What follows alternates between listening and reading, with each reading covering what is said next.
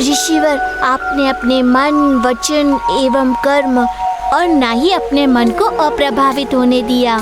यहाँ तक कि आपने अपने कथा श्रवण के संकल्प के सम्मुख अपने जीवन की भी चिंता नहीं की।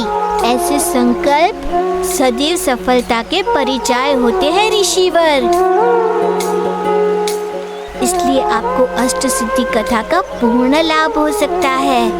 एक बात प्राणी को सदैव अपने स्मरण में रखनी चाहिए, संकल्प से हटने वाला व्यक्ति कभी भी अपना लक्ष्य प्राप्त नहीं कर पाता।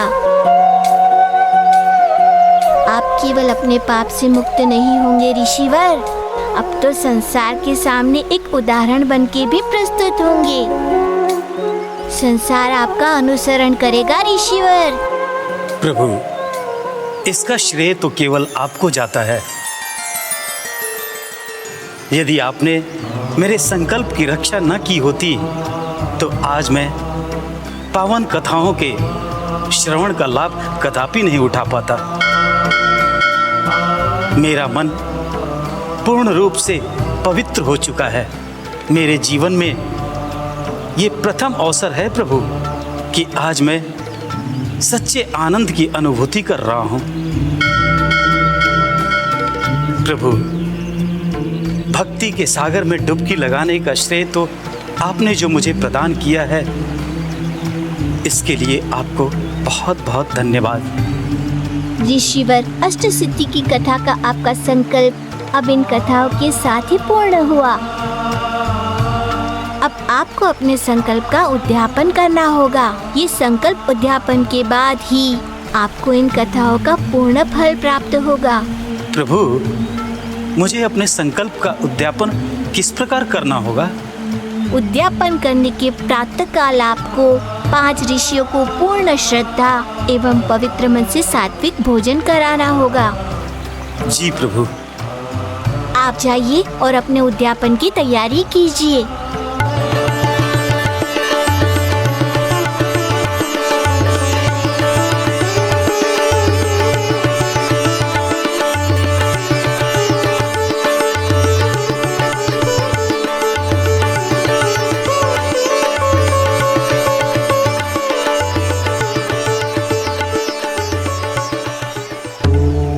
अपने द्वारा लिखी इन कथाओं के प्रचार एवं प्रसाद तथा इनकी वृद्धि हेतु अब मुझे महाबली काका को शीघ्र ही बुलाना होगा।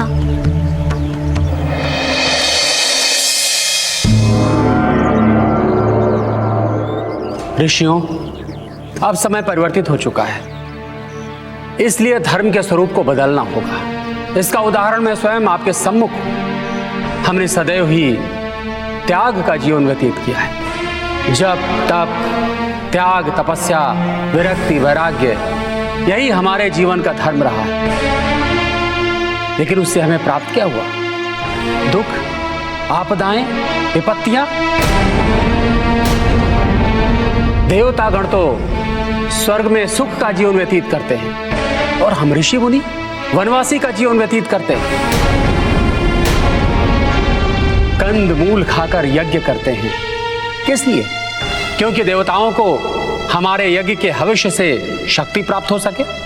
किंतु इसके बदले देवताओं से हमें क्या प्राप्त हुआ है?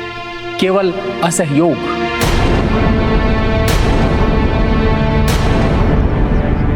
असुरों से हम प्रताड़ित होते रहे, यातना सहते रहे, लेकिन देवताओं ने हमारी सुध तक नहीं ली।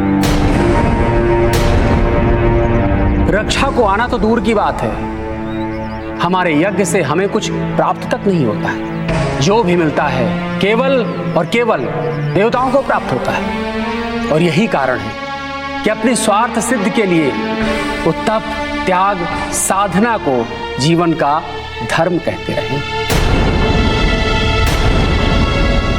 और हम ज्ञानी होकर भी मूर्खों सा व्यवहार करते, दूसरों के लिए दुख उठाते हैं।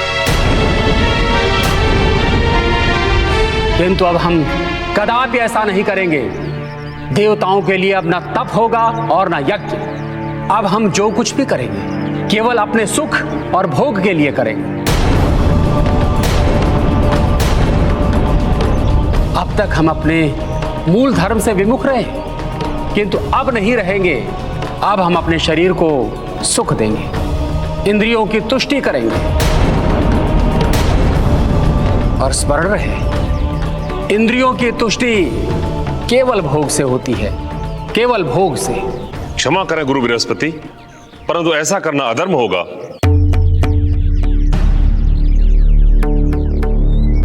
इंद्रियों का सुख और भोग ये सामान्य जन के लिए है। हम उनसे श्रेष्ठ हैं, हम उनसे अलग हैं। हाँ ईश्वर, आप जो कह रहे हैं वो सत्य नहीं है। मूर्ख ऋषि, अब यही सत्य है और यही धर्म, क्योंकि मैं कह रहा हूं, गुरु बृहस्पति यही मान्य है।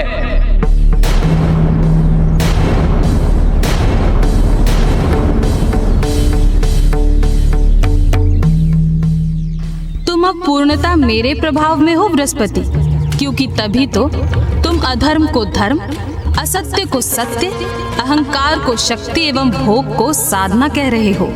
यही तो मेरी विशेषता है। जब आती हूँ तो मनुष्य की मति इसी प्रकार भ्रष्ट कर देती हूँ।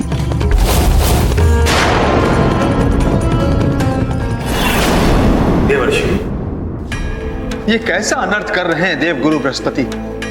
देवताओं के रक्षक होकर उनके विनाश को आमंत्रित कर रहे हैं।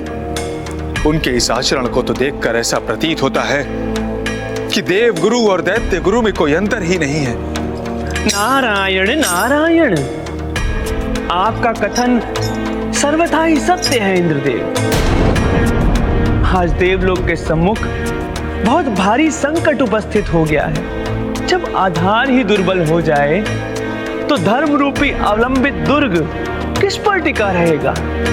इंद्रदेव, अब तो इस बात का भय है कहीं धर्म का विनाश कर कुबुद्धि विजयी ना हो जाए। क्योंकि जब देवताओं का आहार हविष्य ही प्राप्त नहीं होगा तो देवताओं की शक्तियां कैसे बचेंगी? सत्य कहा देवर्षि आपने। समस्या बहुत विकट है। मुझे देव गुरु से अविलंब वार्ता करनी होगी, अन्यथा अधर्म का अंधकार संपूर्ण संसार को अपनी पाश में जकड़ लेगा। मुझे माता लक्ष्मी का वो कथन स्मरण हो रहा है, जब उन्होंने कहा था कि देव गुरु बृहस्पति को कुबुद्धि के दलदल से उनका विवेक ही बाहर निकाल पाएगा। मुझे गुरुदेव के विवेक को जागृत करने के लिए जाना ही होगा। मुझे आज्ञा दीजिए।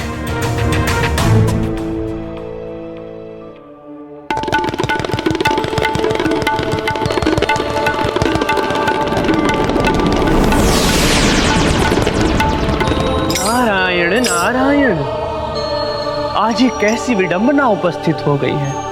संसार के मार्गदर्शक को मार्गदर्शन की आवश्यकता पड़ रही है।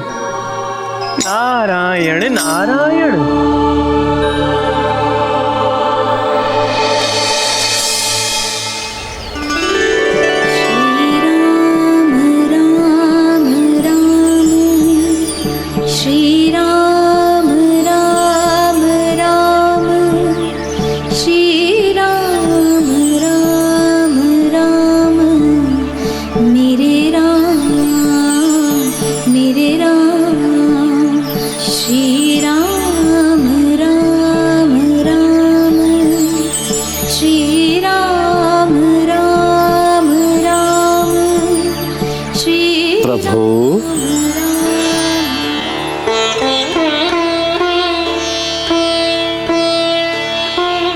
महाबली काका, आप आ गए?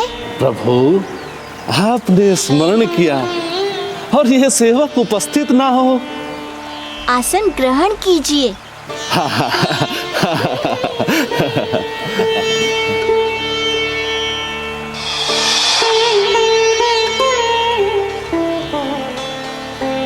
कहिए, अष्ट सिद्धि के प्रचार का कार्य कैसा चल रहा है? निर्विघ्न एवं निरंतर प्रभु। आपके द्वारा प्रदत्त ये अष्टसिद्धि की पावन कथा इस भूतल के समस्त आश्रम एवं समस्त ऋषियों के सम्मुख प्रस्तुत किया है। सभी लोग इसके ज्ञान, इसकी भक्ति और इसकी पवित्रता के रस में सराबोर हैं प्रभु। उनकी बस उस पल की प्रतीक्षा है प्रभु कि कब संपूर्ण असिद्धि की कथा उनके सामने प्रस्तुत हो और कब वो इससे लाभान्वित हो। हाँ प्रभु। इसी कार्य के लिए तो मैंने आपको यहाँ बुलाया है। अब वो समय आ गया कि संपूर्ण अष्ट सिद्धि कथाओं को संसार के सम्मुख रखा जाना है। इसका अर्थ है प्रभु कि आपने समस्त असिद्धि की कथा को संकलित कर ली है। हाँ महाबली काका, लीजिए उनको, मैं आपको समर्पित करता हूँ।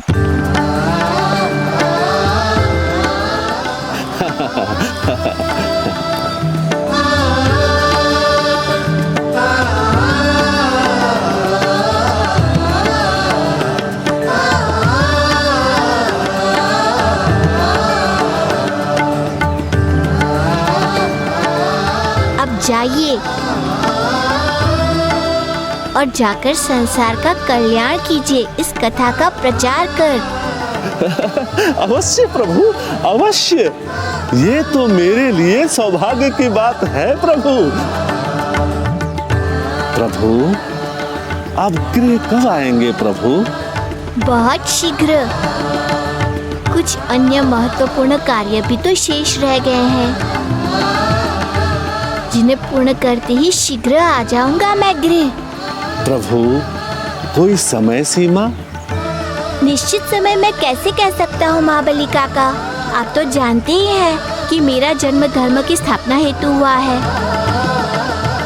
बस धर्म की पूर्ण रूपी स्थापना होते ही आ जाऊंगा। हाँ प्रभु, हम उस पल की प्रतीक्षा करेंगे प्रभु, और ये प्रार्थना करेंगे कि आपका उद्देश्य शीघ्र पूर्ण हो प्रभु। अच्छा प्रभु, अब आज्ञा दीजिए।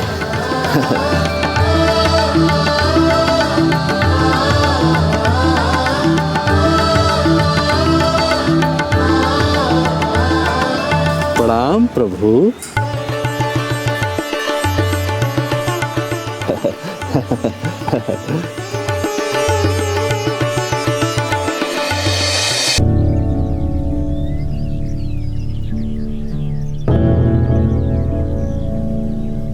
इतना समय इस पृथ्वी लोक पर व्यतीत करने के उपरांत यह ज्ञात हुआ कि यहां दुख और यातना के अतिरिक्त कुछ भी नहीं है।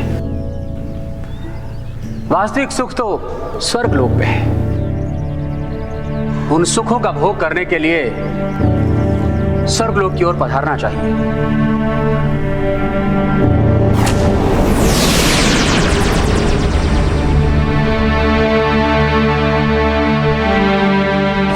देवेंद्र, इस पृथ्वी लोक पर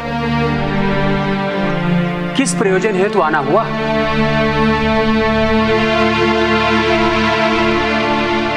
एक चिंता के निवारण हेतु मुझे यहाँ पे आना पड़ा देवगुरु। देवताओं के राजा को किस बात की चिंता? आप तो स्वर्ग के अधिकारी हैं, सभी सुखों के स्वामी। स्वामी रक्षक भी होता है देवगुरु। मैं इस संसार में निर्धारित धर्म का रक्षक भी हूं। देवेंद्र, आप इस बात की चिंता त्याग दीजिए। देवगुरु होने के नाते मैंने धर्म की सारी व्यवस्थाएं पूर्ण कर दी हैं। यही तो मेरी चिंता का विषय है देवगुरु, कि आपने जो व्यवस्था पूर्ण की है वो धर्म की नहीं अपितु अधर्म की है। राजेंद्र, धर्म मैं जानता हूं या तुम? क्षमा करें देवगुरु, आपके द्वारा ऋषियों को यज्ञ से मना करना, तप त्याग एवं साधना के जीवन से विमुख करना तथा भोग विलास का जीवन व्यतीत करने के लिए प्रेरित करना, यह अधर्म है, धर्म नहीं। आप उन्हें जो शिक्षा दे रहे हैं वो अधर्म की दे रहे हैं, धर्म की नहीं। सुख एवं ऐश्वर्य का जीवन जीने वाले के मुख से ऐसी बातें शोभा नहीं देती। क्या भोग और विलास का जीवन तुम देवताओं के लिए, हम ऋषियों के लिए नहीं? क्यों ऋषि त्याग और तपस्या का अभिशप्त जीवन जीने को विवश है? मेरे कहने का तात्पर्य बस देवराज, अब शिक्षा और उपदेश नहीं, मैं तुम्हारा गुरु हूं, तुम मेरे गुरु नहीं। अपना कर्म करो, मुझे अपना कार्य करने दो।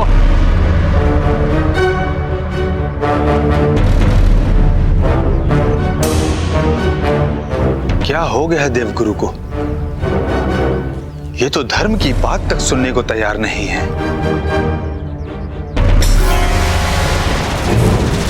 इंद्र, ये इसको बुद्धि का प्रभाव है।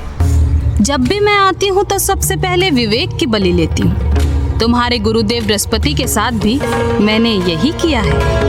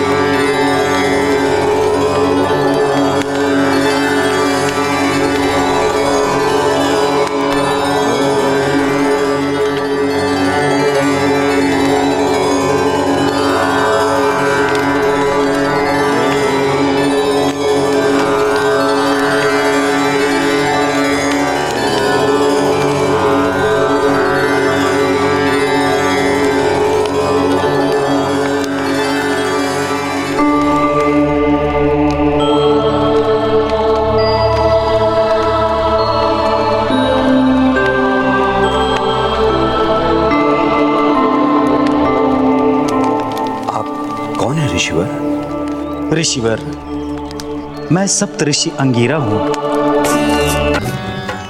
आप यहाँ पृथ्वीलोक में?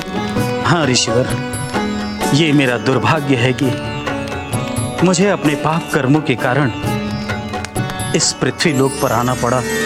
अपने पाप कर्मों के प्रायश्चित हेतु मैंने पावन अष्ट सिद्धि कथा के श्रवण का संकल्प लिया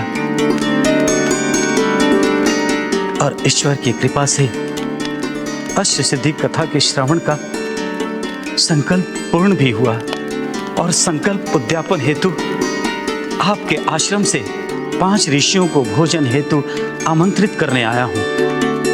ये तो अति ही प्रसन्नता की बात है ऋषिवर। हम अवश्य पधारेंगे, किंतु उसके पूर्व हम आपके श्रीमुख से पावन अष्ट कथा का महत्व सुनना चाहते हैं। यदि एक शब्द में उस कथा को वर्णित किया जाए तो मैं तो यही कहूंगा कि उस कथा के श्रवण मात्र से प्राणी के समस्त पाप नष्ट हो जाते हैं। स्वयं रुद्रावतार ने कथा के महत्व को स्थापित किया है। ऐसी पावन कथा के उद्यापन में आमंत्रित कर हम ऋषियों को कृतार्थ किया है। ऋषिवर, आप सबकी इस स्वीकृति के लिए बहुत बहुत धन्यवाद। मैं आप सबकी प्रतीक्षा करूंगा।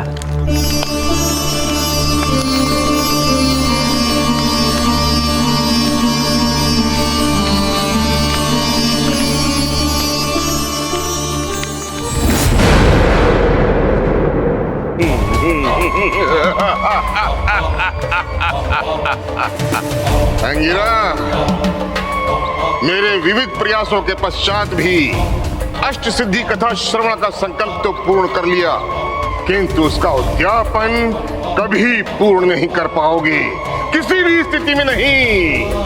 अंगिरा, एक से तुम अभी तक अनभिज्ञ हो कि तुम्हारा पुत्र बृहस्पति पहले से ही तुम्हारे पाप कर्मों का दंड भोग रहा है। वो पूर्ण पेड़ कुबुद्धि के प्रभाव में है, जिसके फलस्वरूप वो अधर्म के मार्ग पर अग्रसर है। अंगिरा, मेरे साथ छल करके तुमने जिस बृहस्पति को देवगुरु बनाया, आज वही अधर्म का प्रचार कर रहा है। धर्मज्ञ होकर अधर्म का पक्षधर और प्रचारक बना हुआ है। अब मेरा प्रतिशोध पूर्ण होगा जब तुम्हें अपने संकल्प के उद्यापन का पुण्य फल नहीं, अपितु उन ऋषियों का श्राप प्राप्त होगा। श्राप!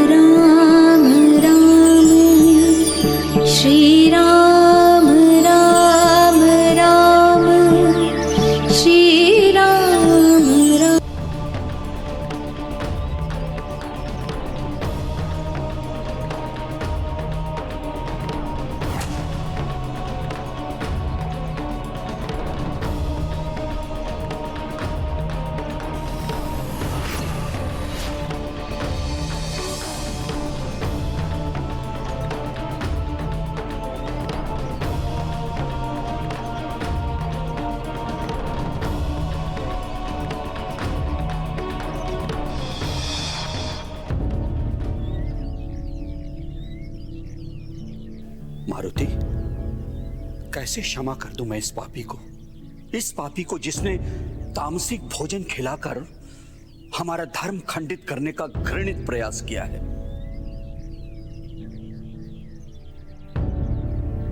और आप तो इस सत्य से भलीभांति अवगत हैं, धर्म की रक्षा करने में संपूर्ण जीवन व्यतीत हो जाता है और धर्म भ्रष्ट होने के लिए एक पल का भी समय नहीं लगता। मारुति, अंगिरा को जो श्राप मिला है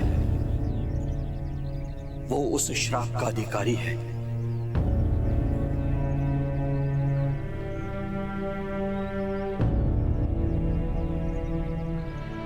ऋषिवर, क्षमा कर दीजिए। मैं आपके कथन को खंडित नहीं कर रहा हूँ, किंतु इतना तो अवश्य कहूँगा कि आपको देखने में अथवा समझने में अवश्य कोई भूल हुई है। कभी कभी दृष्टि भी ठगी जाती है। आपका कहने का तात्पर्य? केवल इतना कि ऋषि अंगिरा सप्त ऋषियों में से एक है। सृष्टि की रचना के प्रारंभ काल से ही इनका जीवन धर्म कर्म में ही व्यतीत हुआ है। इसलिए ऐसा धार्मिक व्यक्ति कैसे इतनी बड़ी त्रुटि कर सकता है? किंतु प्रभु, इसने किया है। नहीं ऋषिवर, मेरा विश्वास कीजिए। सत्य तो ये है कि इन्होंने तो आपको सात्विक भोजन ही परोसा था। फिर तामसिक भोजन किसने परोसा? ऋषि शुक्राचार्य ने।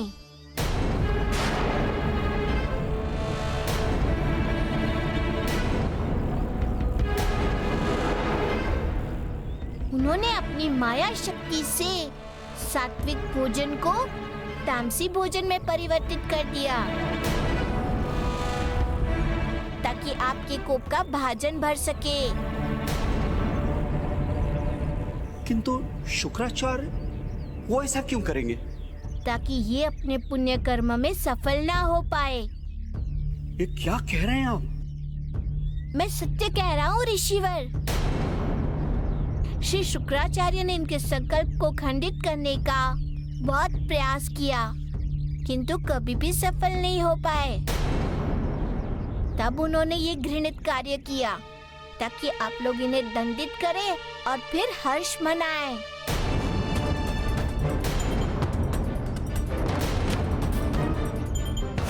इसीलिए हम तुम्हें श्राप देते हैं कि तुम्हें कुष्ठ रोग हो जाए, कि तुम्हें कुष्ठ रोग हो जाए।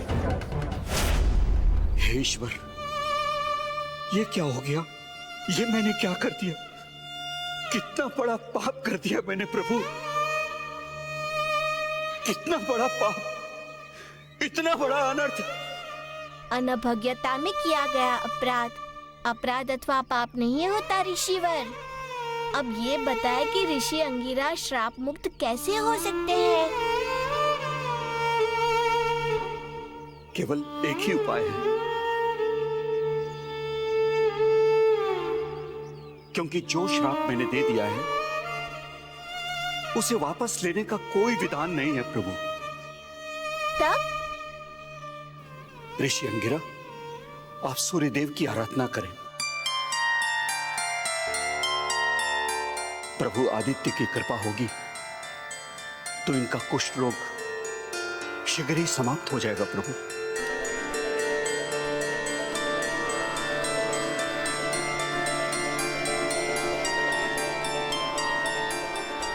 धन्यवाद ऋषिवर, उपाय बताने के लिए बहुत बहुत धन्यवाद। अब हमें आज्ञा दीजिए। जय बजरंग बली, जय बजरंग बली, जय बजरंग बली, जय बजरंग बली, जय बजरंग बली, जय बजरंग बली, जय बजरंग बली, जय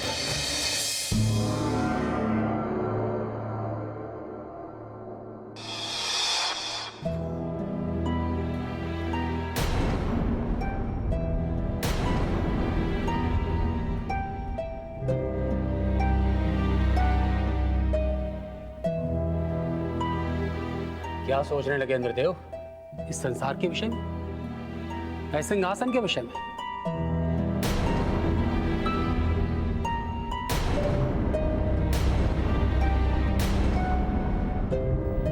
किस उद्देश्य से आप स्वर्ग के अधिपति बने रहना चाहते हैं?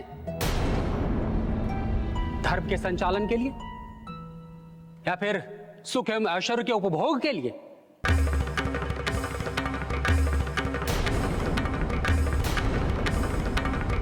तब त्याग और धर्म का उपदेश देना सहज, किंतु उस पर अमल करना अत्यंत ही कठिन है इंद्रदेव। ये आप में क्षमता है, निर्मोही है, तो आप भी क्यों नहीं चलते उस मार्ग पर?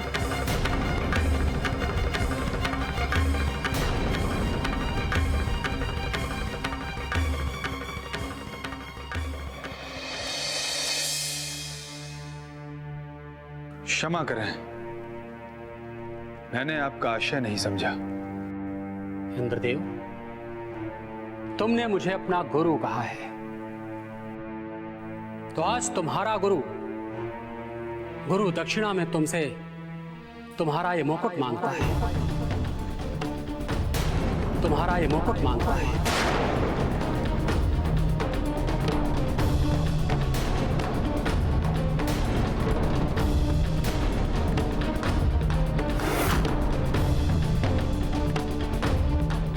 यदि तुम्हारे अंदर धर्म शेष है, धर्म के प्रति जागरूक हो,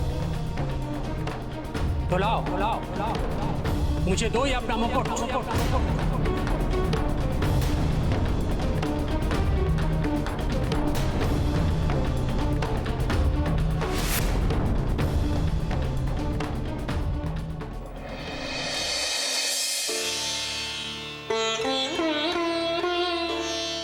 ऋषिवर, भगवान बृहद भास्कर इस सृष्टि के आधार रूप है।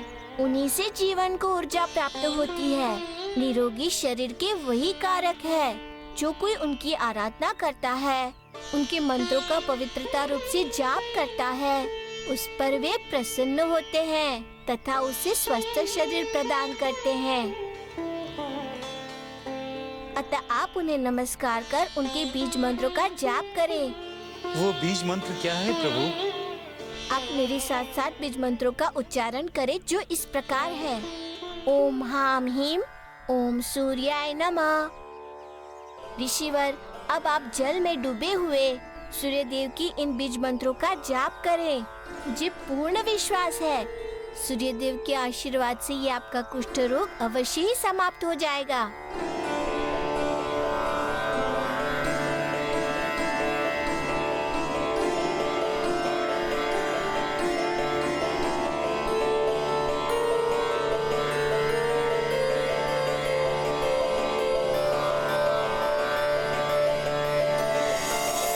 नारायण नारायण।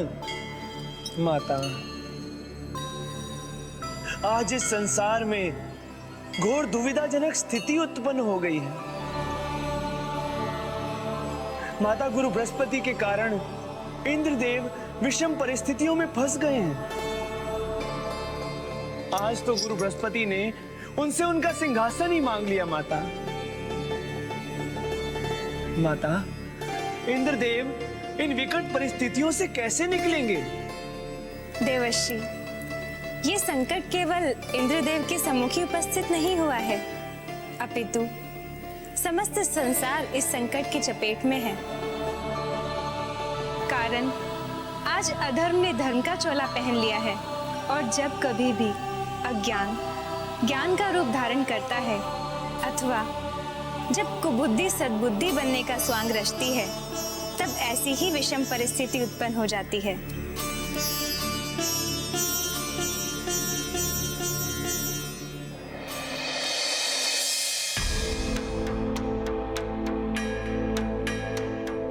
क्या हुआ इंद्र? एक लघु निर्णय लेने में इतना समय? धर्म के पक्षधर हो तो त्याग दो नया विलासिता पूर्ण जीवन। जाकर व्यतीत करो तप और त्याग का धर्मगत जीवन। मात्र इसी को तो त्यागने के लिए कह रहा हूं। धर्म के मार्ग पर जाने में मुझे हिचकिचाहट नहीं है देवगुरु। तो हिचकिचाहट किस बात को लेकर? मैं धर्म संकट में पड़ गया हूं। धर्म संकट? कैसा धर्म संकट? धर्म संकट ये देवगुरु कि मुझे विधाता ने स्वयं ये सिंहासन सौंपा है ताकि मैं प्रकृति के नियमों का संचालन एवं विधि के विधान की रक्षा कर सकूं। ऐसे में यदि मैं स्वेच्छा से अपना सिंहासन छोड़ता हूं तो उसका तात्पर्य यह है कि मैं अपने कर्तव्य से पीछे हट गया, जो कि सर्वथा उचित एवं न्याय संगत नहीं है। इंद्र, तुम जिस विधि की बात कर रहे हो उसी विधि के रचयिता परमपिता ब्रह्मा ने मुझे तुम्हारा गुरु नियुक्त किया है। इसलिए अपने कर्तव्यों का पालन करने से पूर्व अपने गुरु के आदेशों का पालन करो, यही धर्म है।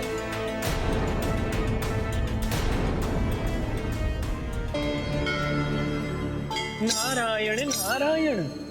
किंतु माता, यदि एक दृष्टि से देखा जाए तो गुरु बृहस्पति की बात सत्य भी है कि वे देव गुरु हैं तथा इंद्रदेव को उनकी आज्ञा का पालन करना चाहिए। किंतु माता, ये भी उतना ही सत्य है कि यदि ऐसा हो गया तो बहुत भारी अनर्थ हो जाएगा। आपका संशय उचित है देवर्षि, क्योंकि बृहस्पति इस समय देवगुरु बृहस्पति नहीं बल्कि कुबुद्धि के अधीन एक साधारण मनुष्य है।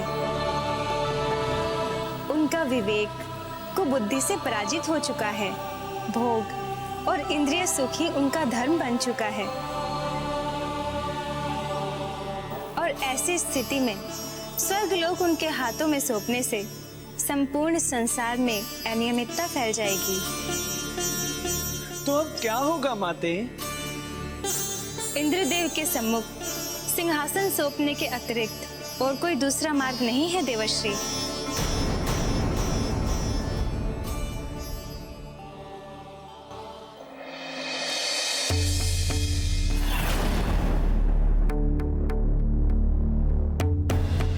देवगुरु, मेरे सामने ना ही अन्य कोई विकल्प है और ना ही कोई मार्ग।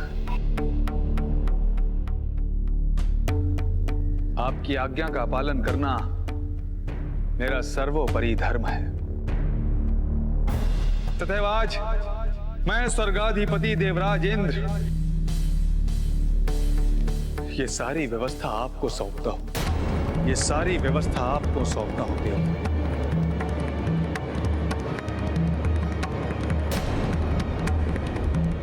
आज से आप ही इस स्वर्ग के कर्ता धर्ता एवं रक्षक होंगे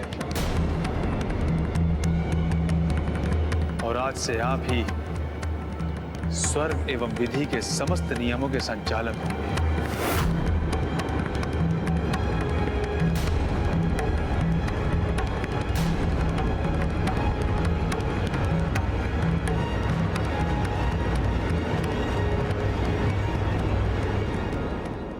मुझे ज्ञात है कि आप धर्म एवं सद्बुद्धि के नहीं अपितु अधर्म एवं कुबुद्धि के अधीन हैं। किंतु मुझे यह भी ज्ञात है कि आपके मित और मस्तिष्क चाहे जिसके भी अधीन हो, किंतु आपका हृदय सदैव धर्म के साथ है। मुझे ज्ञात है कि आपके कारण स्वर्ग और सृष्टि को कभी कोई क्षति नहीं पहुंचेगी। देवगुरु,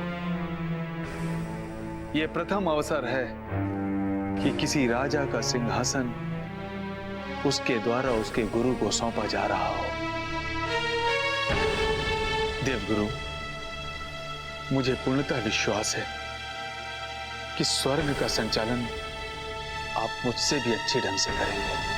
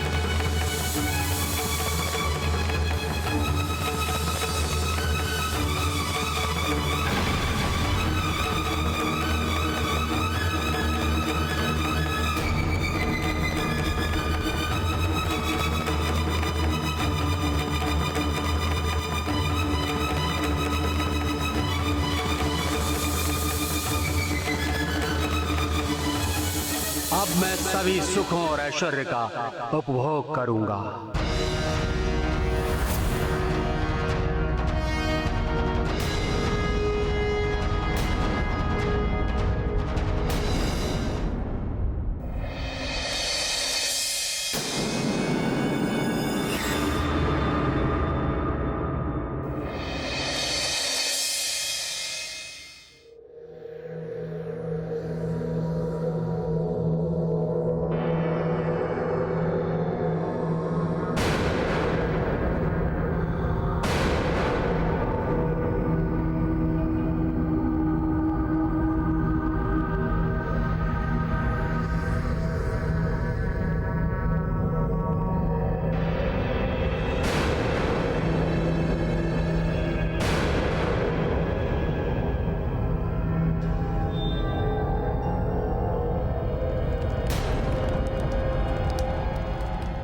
विधाता ने मनुष्य के कर्मों के अनुसार ही उसके वास करने के लिए लोकों का निर्माण किया है।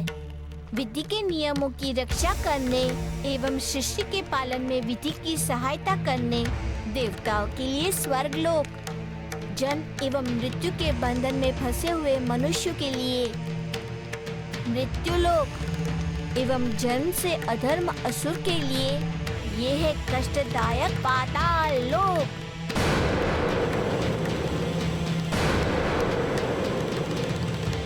किंतु मूर्ख असुरों को यहाँ के भीषण कष्ट के उपरांत भी यह बोध नहीं होता कि उन्हें अधर्म का कार्य नहीं करना चाहिए, धर्म के मार्ग पर अग्रसर होना चाहिए।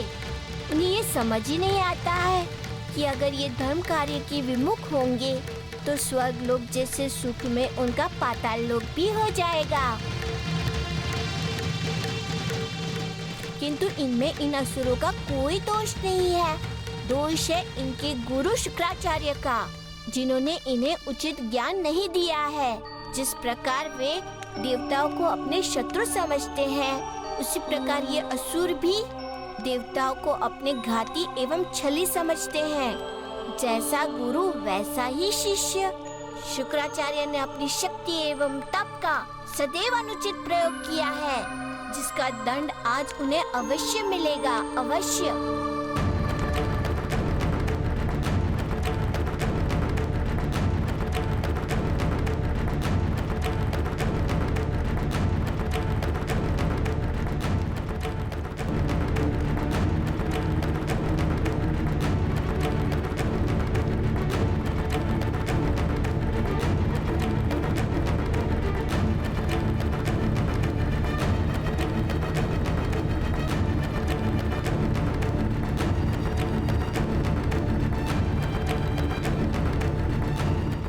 शुक्राचार्य का यज्ञ स्थान सुनसान पड़ा हुआ है।